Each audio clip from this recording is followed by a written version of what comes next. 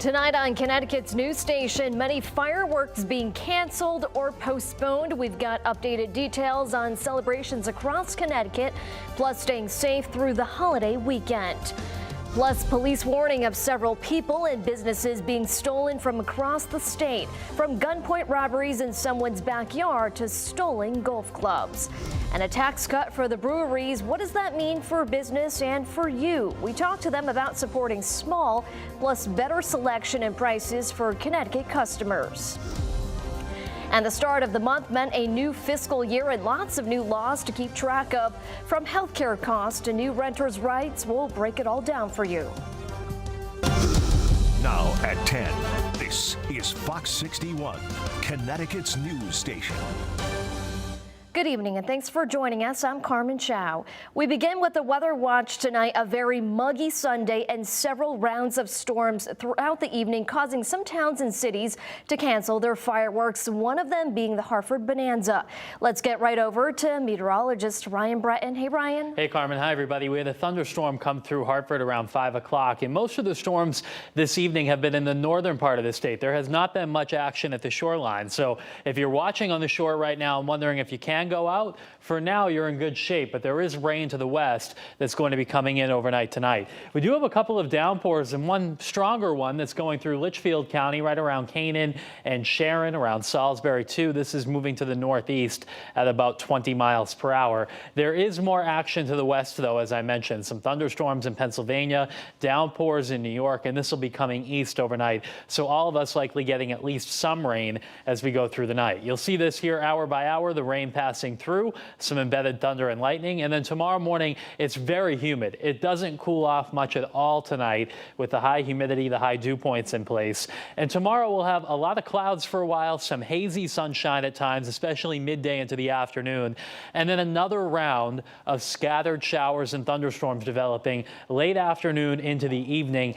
And again tomorrow night, it looks like some of these may be around during the time of fireworks. Not in every town, but the chance is there around 9-10 o'clock tomorrow night before the action then diminishes, and there may be another round of rain that comes in after midnight tomorrow night. So the planner looks this way for tomorrow.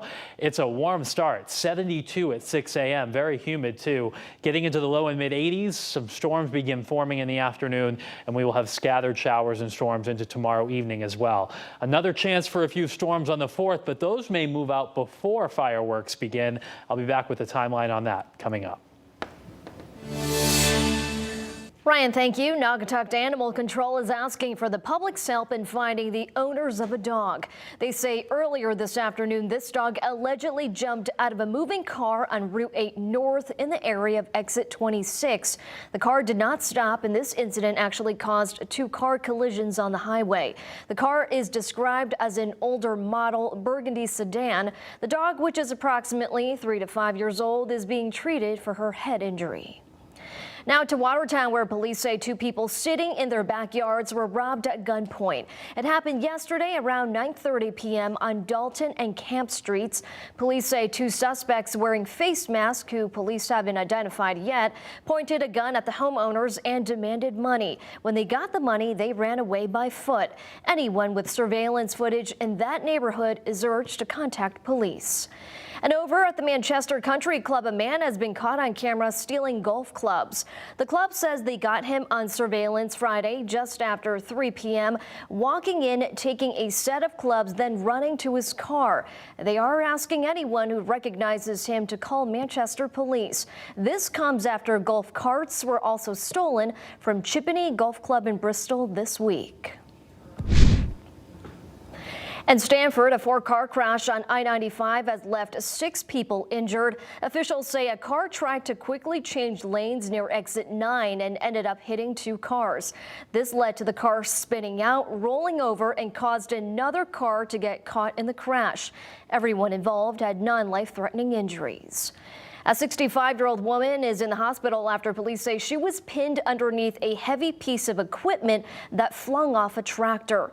The truck axle fell on top of the woman and hit the man driving the tractor in the head.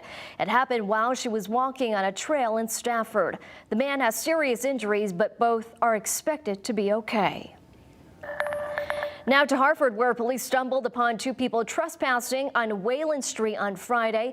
When officers confronted them, it turned into a foot chase. Officers were able to arrest both men, and the fully loaded guns they had were stolen. Neither of the men had permits, and thankfully no shots were fired during the chase. Police did say, however, one of the men ran into the elderly woman while they tried to run away, which led her to fall and hit her head on the pavement. A woman walking her dog in Bristol came back to find her house on fire.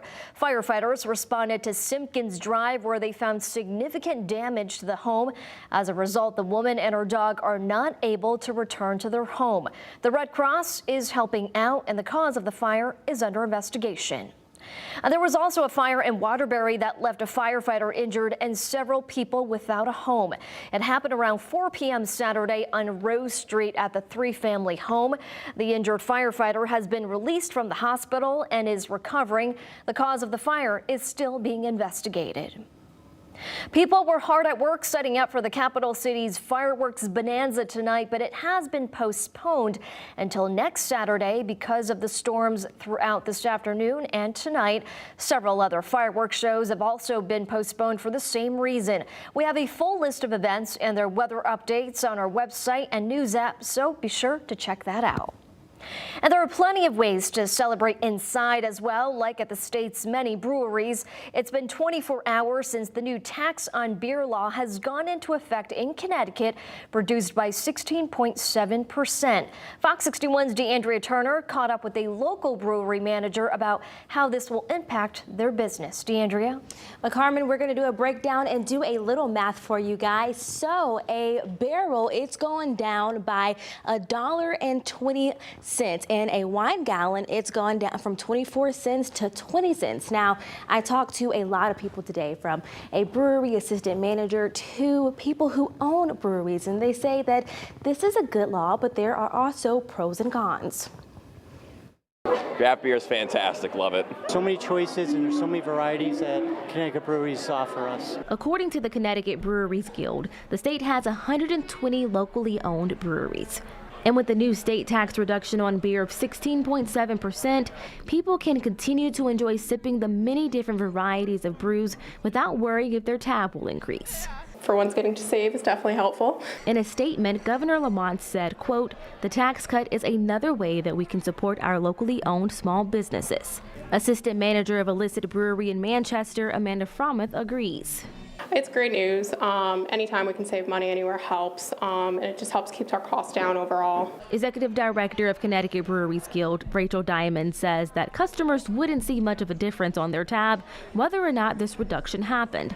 She also says that splitting the about $55,000 in savings across all 120 places equates to about $460 in savings per brewery.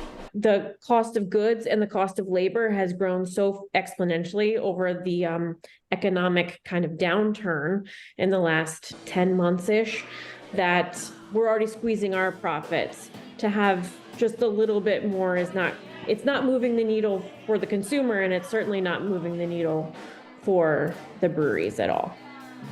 Now, Diamond says that one thing people can do to move the needle for these companies is by continuing to support local breweries. And what better way to do it than a rainy out 4th of July weekend, maybe? So that's whether you're going to a store or a brewery for a night out. In the studio, DeAndrea Turner, Fox 61, Connecticut's news station. All right. Thank you, DeAndrea. We have much more